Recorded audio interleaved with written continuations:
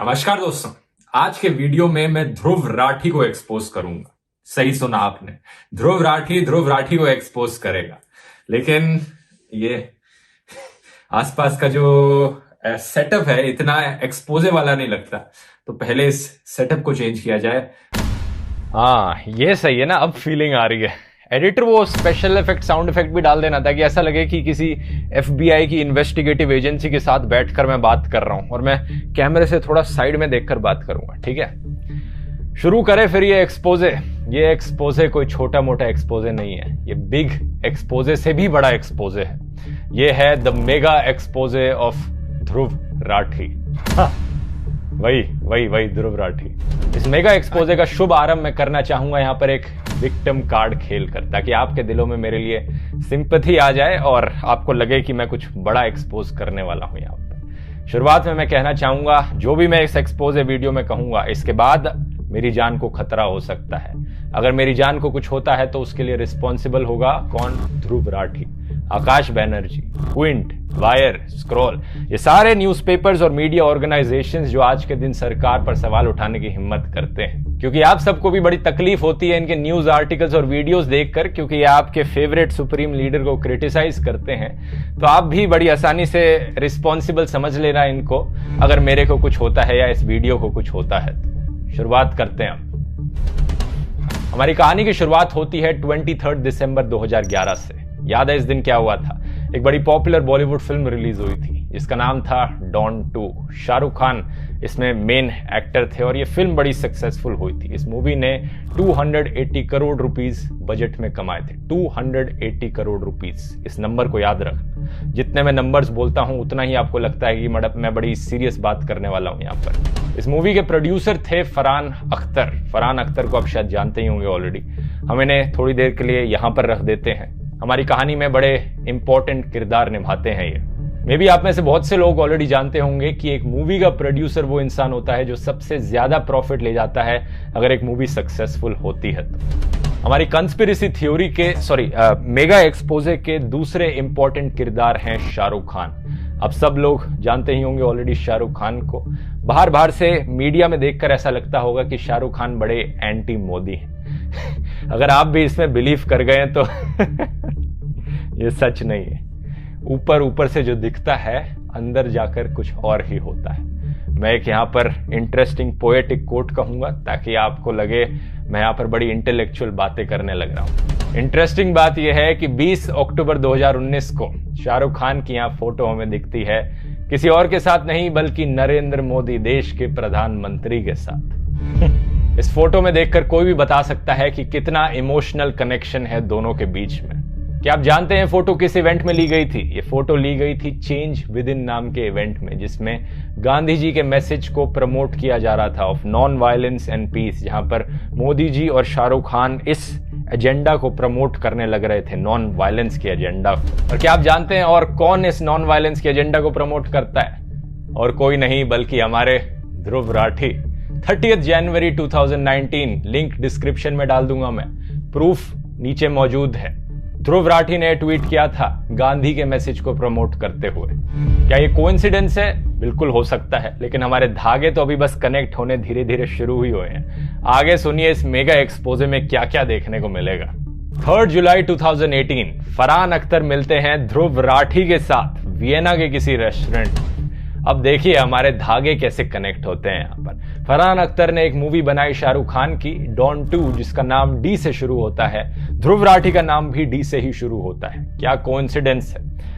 हो सकता है कोइंसिडेंस, लेकिन कितने कोइंसिडेंसेस हैं जो साथ साथ होंगे। उसके बाद शाहरुख खान मिलते हैं नरेंद्र मोदी जी के साथ एक इवेंट में जो गांधी जी को प्रमोट करता है, और ध्रुव राठी भी यहां गांधी जी को प्रमोट करते हुए दिखते हैं।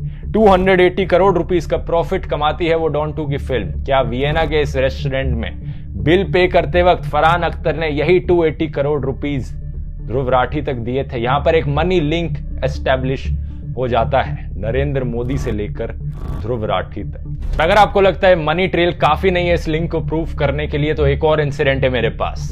शाहरुख खान ने पीएम केयर्स फंड में डोनेशन करी थी, जिस फंड को मोदी खुद प्रमोट करने लग रहे।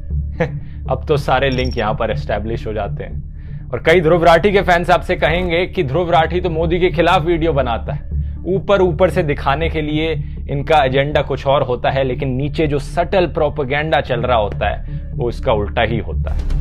ये देखिए ध्रुव राठी का सबलिमिनल प्रोपेगेंडा, बड़ी चालाकी से ये आपका ब्रेन वॉश करते हैं बीजेपी को सपोर्ट करने में। ऑरेंज कलर की टी शर्ट बाहर बाहर से दिखाएंगे कि बीजेपी के अगेंस्ट बोलते हैं वीडियोज में, लेकिन अंदर अंदर जाके अगर इनके वीडियोस एक्चुअली में डिटेल में देखने लगेंगे तो आपको पता लगेगा कि कितना मोदी को सपोर्ट करते हैं। उत्तर प्रदेश में दोस्तों हर एक बच्चे को एनसेफेलाइटिस के अगेंस्ट वैक्सीनेट कर दिया गया है और ये इतनी सक्सेसफुल हुई कि यूनिसेफ ने भी कांग्रेचुलेट किया है यूपी गवर्नमेंट को। यहाँ पे यानी मुझे लगता है कि आर्टिकल 370 को हटाने से ज्यादा डेवलपमेंट होगा कश्मीर में। कांग्रेस की सरकार के अंदर इन्फ्लेशन और महंगाई बहुत बड़े मुद्दे हुआ करते थे।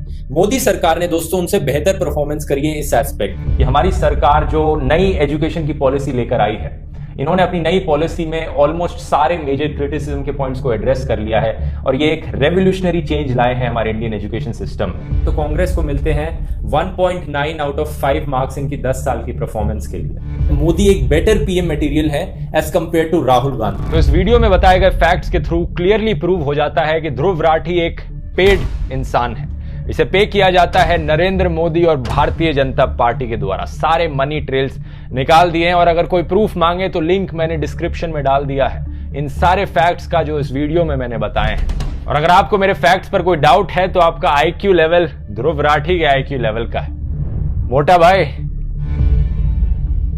अब इससे पहले आप लॉजिकली सोचने लग जाओ और आपके दिमाग में सवाल आने लग जाएं इस कंस्पिरेसी थ्योरी को लेकर, मैं यहां पर डेथ थ्रेट्स देने लग जाऊंगा, वायलेंट थ्रेट्स देने लग जाऊंगा ताकि आप इमोशनल हो जाओ, गुस्से में हो जाओ और आपका लॉजिकल माइंड स्विच ऑफ हो जाए। ये जानते हुए कि YouTube की पॉलिसी के खिलाफ जाते हैं डेथ थ्रेट्स। और इस मेगा एक्सपोजे के एंड में एक आखिरी विक्टिम कार्ड, अगर ये वीडियो हटाया जाता है तो ये मेरे डेथ थ्रेट्स की वजह से नहीं होगा, ये होगा इन सब की एक बड़ी साजिश की वजह से। तो याद रखिए मैं डेथ थ्रेट्स दूंगा लेकिन विक्टिम यहां पर मैं हूं। और प्लीज शेयर कीजिए इस वीडियो को मेरी नेशनलिस्ट सेना, क्योंकि मेरी जान यहां पर खतरे में है और जिन लोगों के खिलाफ मैं बोलता हूं वो सारे एंटी नेशनल हैं।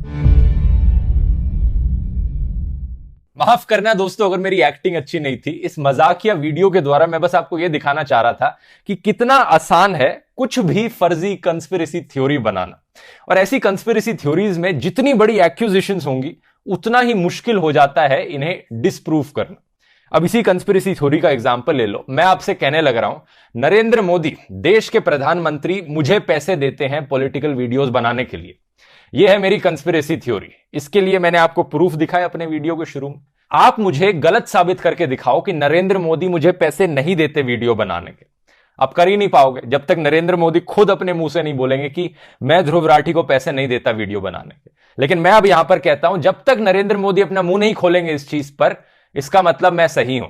मेरी थ्योरी यहां पर सही है। मैंने अपने यहां पर प्रूफ दिखा दिए हैं, फैक्ट्स दिखा दिए हैं जो कि कोइंसिडेंटल है लेकिन फैक्ट्स हैं। इस पूरे लॉजिक में कुछ गलत लग रहा है आपको? एक बड़ी फेमस कहावत है यहां पर दोस्तों, the burden of proof lies on the accuser. अगर मैं यहां पर किसी को कोई काम करने के लिए अक्यूज करने लग रहा हूं तो ये मेरा काम बनता है कि मैं अपना प्रूफ दिखाऊं कि उसने ये काम किया है। उस बंदे का काम नहीं है मेरी चीज को, मेरे एक्यूजिशन को डिसप्रूफ करना। मेरा काम है अपने एक्यूजिशन को प्रूफ करना। यही रीजन है दोस्तों कि जो भी कंस्पिरेसी थ्योरीज होती हैं, ये जो फर्जी कंस्पिरेसी थ्योरीज बनाई जाती हैं, इन्हें डिसप्रूफ करना इतना मुश्किल होता है। जब से मैंने YouTube वीडियोस बनाने शुरू किए हैं दोस्तों, जब से आप लोगों ने इन वीडियोस को पसंद करना शुरू किया है, शेयर करना शुरू किया है, तभी से ही ढेरों कंस्पिरेसी थ्योरीज उठी है मेरे बारे में कि मेरे परिवार के ये पॉलिटिकल कनेक्शन है, मेरे पापा इस पॉलिटिकल पार्टी में थे, ये फलाना ढिमकाना पार्टी मेरे को पे करती है वीडियोस बनाने के लिए। और अभी लेटेस्ट कंस्पिरेसी थ्योरी ये उठी है कि मैं एंटी नेशनल हूं, देश की इकोनॉमी का सत्यानाश हो गया है पर्सनली मेरी वजह से। और सिर्फ मैं ही नहीं, कई और मीडिया हाउसेस को एक कंस्पिरेसी थ्योरी ने एंटी नेशनल ठहरा दिया है। जॉर्ज सोरस इन सब की फंडिंग करता है, इंक्लूडिंग मेरी फंडिंग करता है। ऑब्वियसली ये सारी कंस्पिरेसी थ्योरीज सरासर झूठ हैं, लेकिन जरा सोचकर देखिए मेरे पर्सपेक्टिव से कितनों को मैं डिसप्रूव करने बैठूंगा यहां पर। अगर मैं हर ऐसी फर्जी कंस्पिरेसी थ्योरी के ऊपर वीडियो बनाने बैठ गया तो सारे वीडियोस मेरे फिर इन्हीं के ऊपर ही बनते जाएंगे और ये नॉर्मल एजुकेशनल वीडियोस में नहीं बना पाऊंगा। लेकिन अगर इन कंस्पिरेसी थ्योरीज के ऊपर मैं कुछ नहीं बोलता तो लोग कहते हैं कि भाई तूने कुछ नहीं बोला तो इसका मतलब ये कंस्पिरेसी थ्योरी सच ही होगी यहां पर। ये वही मोदी वाला लॉजिक हो गया ना। जैसे मैंने वीडियो के शुरू में कहा था, मेरी कंस्पिरेसी थ्योरी ये है कि नरेंद्र मोदी मुझे पैसे देते हैं, लेकिन अगर नरेंद्र मोदी इस पर अपना मुंह नहीं खोलेंगे तो इसका मतलब ये कंस्पिरेसी थ्योरी सच्ची है। लॉजिक नहीं बनता इस चीज का। लेकिन एट द सेम टाइम मैं ये एक वीडियो बनाना चाहता हूं, आज तक जितनी भी ऐसी कंस्पिरेसी थ्योरीज आई हैं और आज के बाद जितनी भी ऐसी कंस्पिरेसी थ्योरीज आएंगी मुझे बदनाम करने के लिए या किसी भी और को बदनाम करने के लिए, आप कैसे पहचान सकते हैं कि कौन सी फर्जी है, कौन से जो प्रूफ दिखाए जा रहे हैं वो सही हैं और कौन से गलत है। क्रिटिकल थिंकिंग और लॉजिकल रीजनिंग इस सब का बेसिस है। अगर आपने मेरा ये लॉजिकल फैलेसीज वाला वीडियो देखा है तो आपके लिए काम काफी आसान हो जाएगा। उस वीडियो में मैंने ढंग से एक्सप्लेन किया है कि क्या क्या मेन फ्लॉज हैं जो आर्ग्यूमेंट्स में आ सकते हैं, जो आप पहचान सकते हैं किसी के आर्ग्यूमेंट में, ये फर्क बताने के लिए कि अगर कोई प्रूफ यहां पर प्रेजेंट कर रहा है वो कितना लेजिट है और कितना फर्जी है। अगर नहीं देखा तो जरूर रेकमेंड करूंगा, लिंक मैंने नीचे डिस्क्रिप्शन में डाल दिया है इस वीडियो का। क्योंकि इन सारी फर्जी कंस्पिरेसी थ्योरीज में कोई ना कोई लॉजिकल फैलेसी जरूर होती है। एक एग्जाम्पल को लेकर देखते हैं। हमारे ये फेमस फर्जी कंस्पिरेसी एक्सपर्ट हैं जिन्होंने हम सबको एंटी नेशनल डिक्लेयर किया है। इनका नाम नहीं लूंगा मैं, फ्री में पब्लिसिटी नहीं देना चाहता, इन्हें मैं नाडा करके बुलाऊंगा। तो नाडा ने एक्यूजिशन किया है कि कुछ न्यूज ऑर्गेनाइजेशंस का नाम ग्रेटा की टूल किट में मेंशन था, पॉजिटिव तरीके से उन न्यूज ऑर्गेनाइजेशंस की तारीफ करी जा रही थी, और इन्हीं न्यूज ऑर्गेनाइजेशंस ने कुछ महीने पहले अपना एक ग्रुप फॉर्म किया था, डीजी पब। दो अनरिलेटेड इवेंट्स, इन दोनों को हमारे मास्टर साहब जबरदस्ती कनेक्ट करने की कोशिश करते हैं और लिंक दिखाते हैं। इस लिंक के द्वारा ये कंक्लूजन निकालते हैं कि ये सारे न्यूज ग्रुप्स एंटी नेशनल हैं, इंक्लूडिंग मी। मैं भी एंटी नेशनल हूं क्योंकि मैं न्यूज ग्रुप्स के आर्टिकल्स अक्सर अपने वीडियोस में इस्तेमाल करता हूं। अब एक सेकंड के लिए जरा आप अपना दिमाग लगाकर देखो, इस पूरी आर्ग्यूमेंट में लॉजिक कहां पर है। कुछ नाम अगर यहां मेंशन होंगे और कुछ नाम अगर यहां मेंशन होंगे तो उन्हें कनेक्ट कैसे किया जा सकता है, और ऊपर से एंटी नेशनल कैसे डिक्लेयर किया जा सकता है इसके बेसिस पे, वो कंक्लूजन कैसे आ गया। और ये सिर्फ एक इंस्टेंस नहीं है, हमारे नाडा जी बार बार अपने ऑलमोस्ट हर वीडियो में ऐसे ही लॉजिक का इस्तेमाल करते हैं। कई बार वो अक्सर अपने वीडियोस में मेंशन करते हैं कि कैसे जॉर्ज सोरस फंडिंग करते हैं कई एनजीओज की, ह्यूमन राइट्स ऑर्गेनाइजेशंस की, पॉलिटिकल पार्टीज की। जॉर्ज सोरस फेमस बिलियनर है यहां पर, अगर आपको पता नहीं तो। और हमारे नाडा जी यहां पर एक्यूज करते हैं कि ऑलमोस्ट हर दूसरा leftist organisation, group, NGO, media house, ये सब जॉर्ज सोरस के द्वारा फंडेड हैं, इंक्लूडिंग मी। मुझे भी जॉर्ज सोरस बिलियनर भाई साहब पैसे देते हैं। अब आप में से जो लोग दोस्तों नाडा जी की आइडियोलॉजी को सपोर्ट करते हैं उनको ये लॉजिकल फैलेसीज इतनी आसानी से दिखेंगी नहीं, क्योंकि जब आप इमोशनल हो जाते हैं तो आपका लॉजिकल माइंड स्विच ऑफ हो जाता है। तो उनके लिए एक सिमिलर एग्जांपल मैं यूज करना चाहूंगा दूसरी साइड से। आपको याद होगा टिकटॉक ने पीएम केयर्स फंड में 30 करोड़ रुपए की डोनेशन दी थी। 30 करोड़ रुपए बहुत बड़ी रकम होती है, और हम सब जानते हैं टिकटॉक एक चाइनीज कंपनी है, और एक चाइनीज कंपनी हमारे प्रधानमंत्री के फंड में पैसे डोनेट करने लग रही है। ये एक इवेंट हो गया। दूसरी तरफ चाइना वहां पर बॉर्डर पे आगे आया जा रहा है, इंडिया के बॉर्डर पर जमीन कब्जा कर रहा है। ये दो अलग अलग इवेंट्स हैं। अब अगर मैं यहां पर नाडा जी की तरह ही फर्जी कंस्पिरेसी थ्योरीज बनाने लग गया तो मैं इन दो अनरिलेटेड इवेंट्स को एक साथ लिंक करूंगा और आपको यह कहूंगा कि ये देखो भाई, चाइना यहां पर बॉर्डर के पार आ जाता है, मोदी जी चाइना के बारे में एक शब्द तक नहीं बोलते, चाइना मुंह से उनके निकलता तक नहीं है, और यहां पर एक चाइनीज कंपनी उनको फंड करने लग रही है 30 करोड़ रुपए। इसका मतलब समझे यहां पर, इसका मतलब यह है कि चाइना फंडिंग करने लग रहा है प्रधानमंत्री मोदी की, और इंडिया की जमीन बेचने लग रहे हैं मोदी जी। इतनी आसानी से एक फर्जी कंस्पिरेसी थ्योरी क्रिएट की जा सकती है दो अनरिलेटेड इवेंट्स को लिंक करके, और यही नाडा जी अपने हर वीडियो में करते हैं, और आप जैसे कुछ लोग बेवकूफ बनते रहते हैं। अब ये टिकटॉक वाली चीज सिर्फ एक कंस्पिरेसी थ्योरी है। क्यों कंस्पिरेसी थ्योरी है?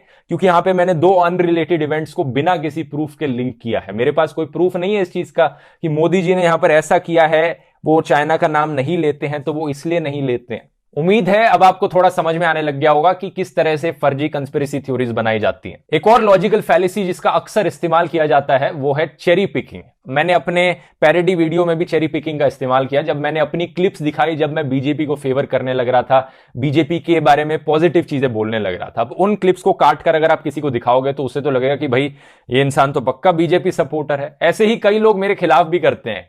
चुन चुन के क्लिप्स निकालेंगे जो कि मिसलीडिंग होंगी, गलत कंक्लूजन दे रही होंगी, जबकि रियलिटी में पूरा वीडियो कुछ और ही कह रहा होगा, और कुछ गलत कंक्लूजन दिखाने के लिए एक फर्जी कंस्पिरेसी थ्योरी बनाते हैं। और ऑब्वियसली नाडा जी भी चेरी पिकिंग करते हैं। ये आपको दिखाएंगे कि कैसे जॉर्ज सोरोस बिलियनियर हैं जो यहां पर हर किसी को फंड करने लग रहे हैं, पॉलिटिकल पार्टीज को फंड करने लग रहे हैं, लेकिन ये क्या नहीं बताएंगे कि यूएसए में ये काम करना बड़ा नॉर्मल है। बहुत से बिलियनियर्स यूएसए में ओपनली और ट्रांसपेरेंटली फंडिंग करते हैं पॉलिटिकल पार्टीज की, जो कि मेरा मानना है गलत है। बिलियनियर्स को फंडिंग नहीं करनी चाहिए पॉलिटिकल पार्टीज की। लेकिन इंडिया में देखो क्या हालत है।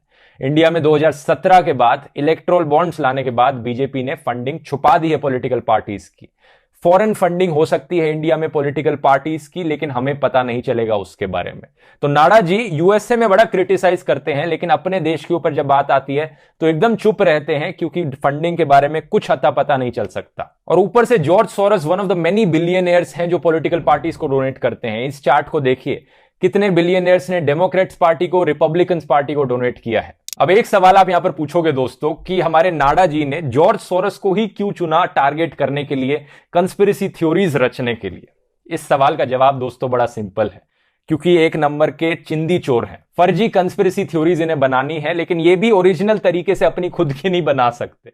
ये जॉर्ज सोरोस वाली कंस्पिरेसी थ्योरीज दोस्तों चुराई गई हैं। पहले ऑस्ट्रेलिया में राइट विंगर्स ने, अमेरिका में राइट विंगर्स ने और हंगरी में राइट विंगर्स ने जॉर्ज सोरोस की कंस्पिरेसी थ्योरीज बनाई थी, और इन्हीं कंस्पिरेसीज को चुरा कर हमारे नाडा जी ने अपने इंडियन तरीके में पैकेज करके आपको दिखा दी। ये बीबीसी का आर्टिकल है जिसमें आप डिटेल में देख सकते हैं कि किस तरह से राइट विंग ग्रुप्स ने अलग अलग कंस्पिरेसीज बनाई हैं जॉर्ज सोरोस के खिलाफ, जो कि झूठी हैं। एक रीजन ये आप कह सकते हो कि जॉर्ज सोरोस को ही इन सारे राइट विंगर्स ने क्यों टारगेट किया, क्योंकि जॉर्ज सोरोस ने ओपनली दुनिया भर के राइट विंगर्स के खिलाफ बोला। इसके अलावा बार बार रेड हेरिंग लॉजिकल फैलेसी का भी इस्तेमाल किया जाता है, personal accusation, death threats, violent threats, ताकि लोगों का ध्यान भटक जाए और लोग इमोशनल फील करें लॉजिकली सोचने की जगह। मुझे लगता है ये एग्जांपल्स काफी थे। अब मैं आप पर छोड़ता हूं, आप नीचे कमेंट्स में लिखकर बताइए कि आपको और कौन सी लॉजिकल फैलेसी देखने को मिली हमारे नाडा जी के वीडियोस में और मेरी खुद की बनाई कंस्पिरेसी में। जितना आप इन चीजों के बारे में सोचेंगे उतने ही ज्यादा अच्छे बनते जाएंगे इन्हें पहचानने के मामले में। और ना सिर्फ इससे आप अपने परिवार को, फ्रेंड्स को कंस्पिरेसी थ्योरी से बचा सकते हैं, बल्कि आपकी खुद की क्रिटिकल थिंकिंग और लॉजिकल रीजनिंग भी इंप्रूव होगी, जो कि आपकी लाइफ में आगे काम भी आएगी। अब बात करते हैं दोस्तों नाडा जी के असली एजेंडा के बारे में, जो कि आप में से कई लोगों को ऑलरेडी क्लियर हो चुका होगा कि क्या है ये। इनका एजेंडा है जो भी बीजेपी के खिलाफ आवाज उठाएगा, सरकार के खिलाफ आवाज उठाएगा, रूलिंग पार्टी के खिलाफ, उन्हें एंटी नेशनल डिक्लेयर करना। अब चाहे ये कोई मीडिया ऑर्गेनाइजेशन हो जो अपना काम कर रही हो सरकार को क्रिटिसाइज करने का, उन्हें एंटी नेशनल बोलना, कोई ह्यूमन राइट्स ऑर्गेनाइजेशन हो जो अपना काम कर रही हो ह्यूमन राइट्स के फेवर में बोलने का, उन्हें एंटी नेशनल बोलना, कोई एनजीओ हो जो एनवायरमेंट के सपोर्ट में बात कर रहा हो, उन्हें एंटी नेशनल बोलना, चाहे वो हमारे किसान ही हो सरकार के खिलाफ प्रोटेस्ट करने वाले, उन्हें एंटी नेशनल बोलना, चाहे हमारे सोशल मीडिया ऑर्गेनाइजेशन ही क्यों ना हो, उन्हें भी एंटी नेशनल बोलना, विकिपीडिया जैसी ऑर्गेनाइजेशन तक को भी एंटी नेशनल बोलना। तो आप सोचोगे भाई बचा क्या, इन्होंने हर किसी को तो एंटी नेशनल घोषित कर दिया है। यहां पर बचा दोस्तों इनका ओप इंडिया और स्वराज्य। ये दो सबसे ज्यादा यूज किए जाने वाले सोर्सेज हैं हमारे नाडा जी के। और क्या है खास बात इन सोर्सेज के बारे में, ये one of the only sources हैं जिन्हें विकिपीडिया ने रिजेक्ट कर दिया कि हम इन्हें एज सोर्स एक्सेप्ट नहीं करेंगे, क्योंकि ये इतने बायस्ड हैं और इतने फेक न्यूज फैलाते हैं। इंटरनेशनल फैक्ट चेकिंग नेटवर्क ने ओप इंडिया जैसी वेबसाइट को रिजेक्ट कर दिया, क्योंकि ये न्यूज वेबसाइट नहीं है, ये प्रोपेगेंडा वेबसाइट है। तो नाडा जी के ऑलमोस्ट हर वीडियो में आपको कोई ना कोई एक्सक्यूज मिलेगा किसी ना किसी तरीके से इन सबको एंटी नेशनल घोषित करने का। और अगर मजाक को साइड में रखकर अगर हम सीरियसली बात करें तो ये चीज एक्चुअली काफी डेंजरस है, क्योंकि आज के दिन हमें एंटी नेशनल कहा जाता है, किसानों को एंटी नेशनल कहा जाता है, कल के दिन आपको एंटी नेशनल घोषित किया जा सकता है। कोई ना कोई बहाना ढूंढ लेंगे आपको एंटी नेशनल घोषित करने का, अगर किसी दिन आपने किसी इशू को लेकर सरकार के खिलाफ आवाज उठा दी तो। ये आज के दिन देश में हालत हो गई है। जर्नलिस्ट, एक्टिविस्ट, कॉमेडियंस और फार्मर्स, इन सबको तो ऑलरेडी एंटी नेशनल घोषित किया जा चुका है। अगला नंबर किसका होगा? और वीडियो एंड करने से पहले एक सवाल मैं आपके सामने छोड़कर जाना चाहूंगा, कौन लोग हैं एंटी नेशनल? जरा सोचकर देखिए।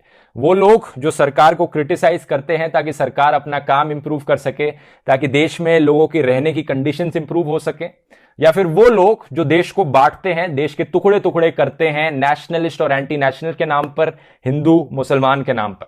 कौन लोग हैं असली नेशनलिस्ट यहां पर और कौन है असली एंटी नेशनलिस्ट? जरा सोचकर देखिए।